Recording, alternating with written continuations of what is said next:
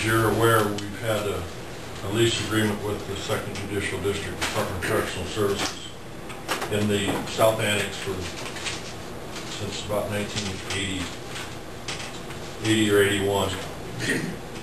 I received a letter, and I think the board received a letter too, notifying us that their intention to terminate that lease in December of 2009. They're going to close that office and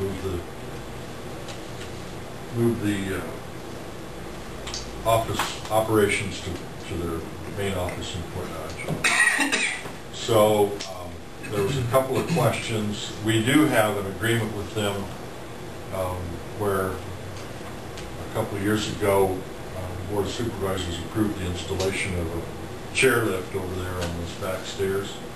And at that time, the Department of Correctional Services agreed to reimburse us for part of the cost of that chairlift if they terminated their lease within a 5-year period. And we actually have 2 more years left on that, and the agreement calls for $600 a year for each year that's left in that 5-year agreement. They've agreed to the terms of that agreement. They'll write us a check for $1,200 sometime between now and December 31st of this year. They'll continue to pay rent as spelled out in the lease for that office space through December. The lease agreement and the current rate is up for negotiation, and the question came up, will there be an increase in the rent for the period between July 1st, which would be retroactive through December of 2009. I said I'd bring that to the board today and talk about that. They did ask that we sign that lease, albeit short term. So the only question that's actually before the board today is, will there be an increase in the rent for the term July 1st of 2009 to December 31st, 2009.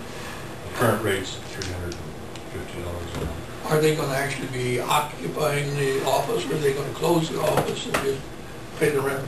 There will be someone in that office probably through November, and then December they'll use it to take inventory and disperse their files and kind of clean up the area.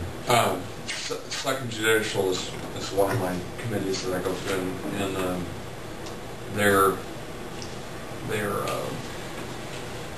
their financial position is, just as all the other state entities, is very serious, and they're just quite frankly having to downsize.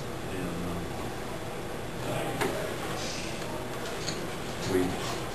we hate to see the office not being used here, but at the same time, I guess I do understand what their position has to be, and if it's not funded at a level to maintain it, they have to do something else. So we're part of that process, I guess.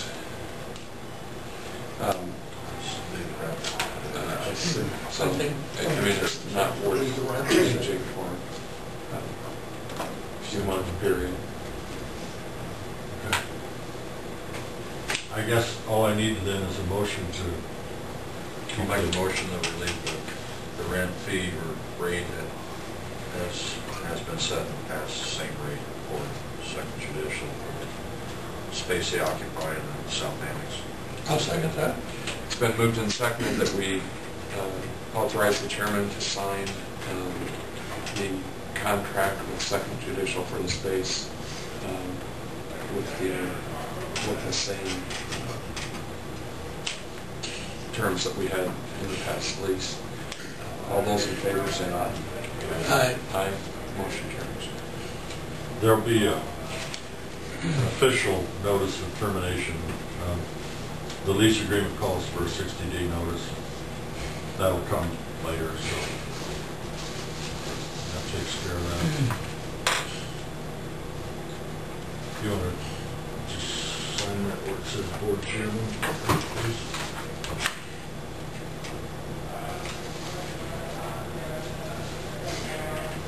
How big of a space can they have down there? Were they that entire lower portion other than new opportunities? Or were They were probably a third of that lower level downstairs. 4 offices, a conference area, and a reception area. Their staffing out here has been a secretary and then one probation officer, or they've had 2 at the time? They've had as many as 4 out of this office at times. But not recently. Currently, I think there's 2 and a secretary position. In terms of positioning those people, were they local people or were they coming in from somewhere else? There was 1 local probation officer, 1 local support staff person, and both of those have indicated that they're going to retire at the end of this calendar year. Okay, so they're going to finish it out. Yeah.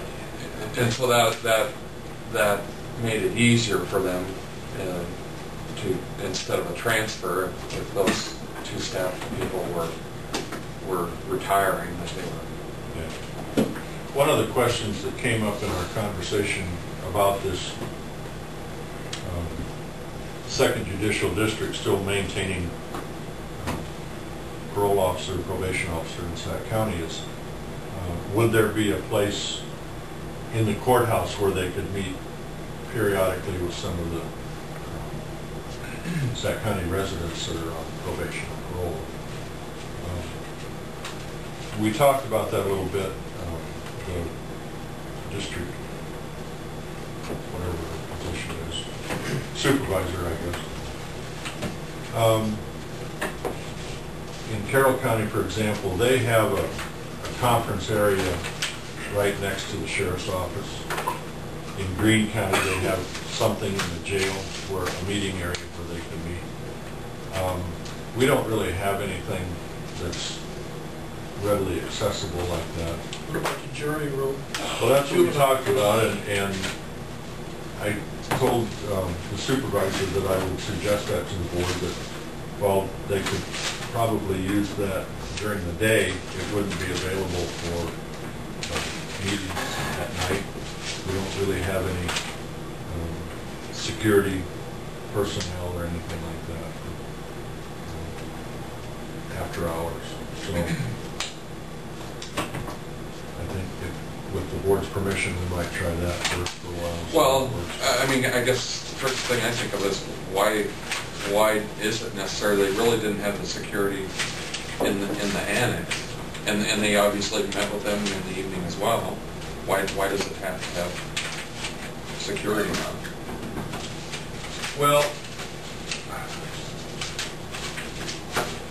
I guess it doesn't, but I guess it wasn't really a good idea for those individuals to be meeting with probationers or parolees in a secluded area like that. They were never really comfortable, but because it was their office, they felt it was kind of part of their... Sure. So, and I don't know if we want to open the courthouse to that kind of a thing. We've never really done that in the past.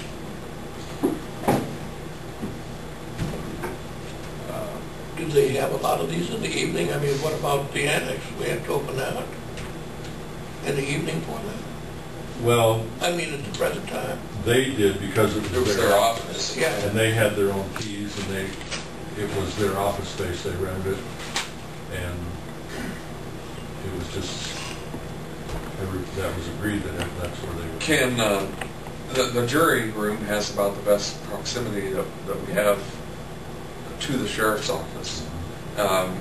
Would it be possible to have them be responsible for opening to get to that room and to close it when